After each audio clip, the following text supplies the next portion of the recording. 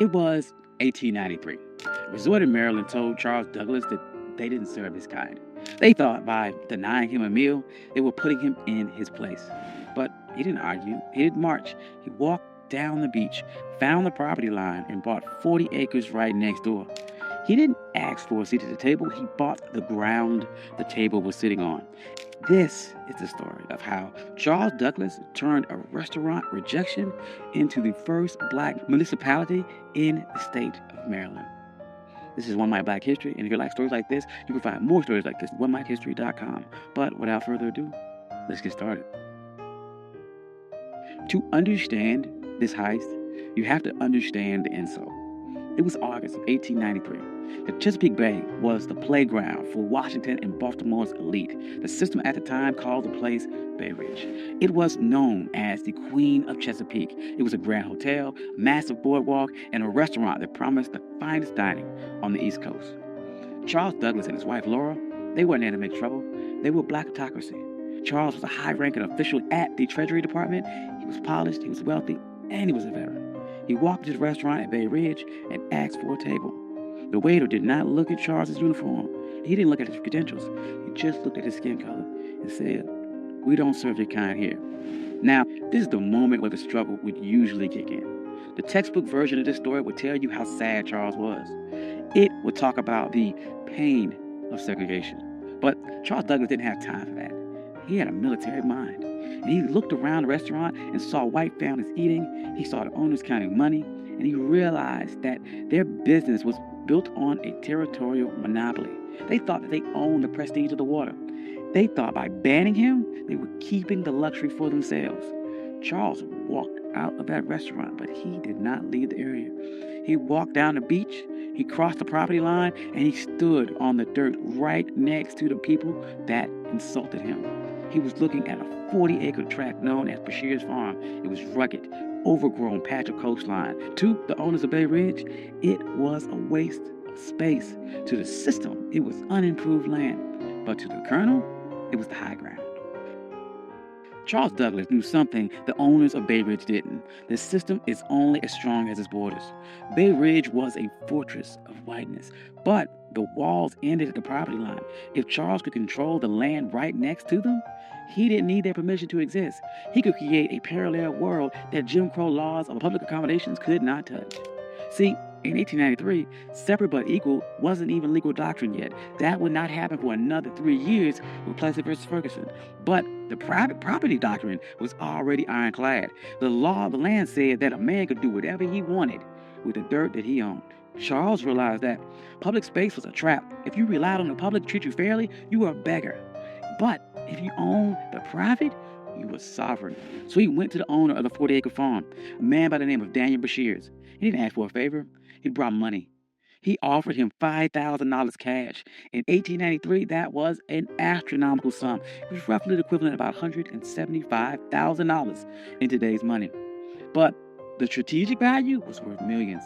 Bashirs took the money. He signed the deed. And on that day, the Queen of Chesapeake lost its monopoly. Charles Douglas didn't just buy a farm. He bought the gateway to the bay. He went to the restaurant owners who refused him a sandwich, and he didn't say a word. He just started building. And the first thing Charles did wasn't build a resort for the masses. He built a fortress for his legacy. He built a home for his father, Frederick Douglass. He called it the Twin Oaks. But he didn't just build it anywhere. He positioned the home with military precision. Frederick Douglass had been enslaved on the eastern shore of Maryland. He looked across these same waters as a boy, dreaming of a world where he wasn't property. So Charles Douglas designed Twin Oaks so his father could sit on that property and look directly across the Chesapeake at the very shore where he was once owned. This was psychological warfare. It was a message to the system that if you didn't lose a slave, you lost the entire coastline. Frederick Douglass never got to spend a full summer there because he died in 1895. But the receipt was still filled. The Douglass name was now etched into the land in the deeds of Maryland. But Charles was not done.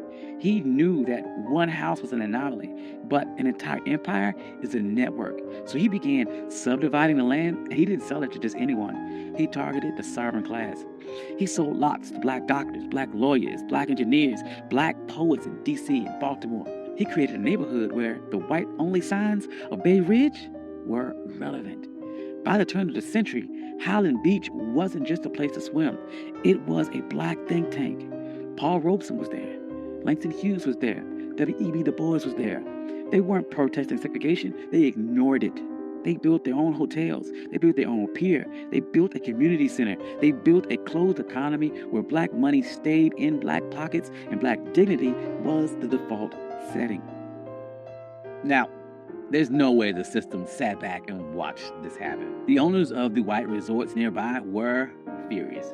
They saw the private property loophole working against them, and they realized that they had lost control of their territory. So they tried to use paper weapons. First, they tried to use vagrancy laws. They sent the police to harass people walking between the train station and Highland Beach. They wanted to make the journey so uncomfortable that the residents would give up. That didn't work. Highland Beach residents started their own shuttle service. They controlled the logistics. Then the white resort owners tried to use a legal glitch. They realized that Highland Beach was technically a part of an unincorporated area. They thought they could use local zoning boards to condemn the land or pass an ordinance that would tax the Douglass family into bankruptcy. They tried to treat Highland Beach like a nuisance. But the residents of Highland Beach were some of the smartest people in the state. They knew that in America, the ultimate hack for land was municipal status.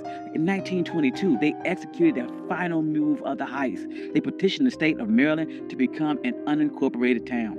They didn't want to be a neighborhood. They wanted to be a government. They won. Highland Beach became the first black municipality in the history of Maryland.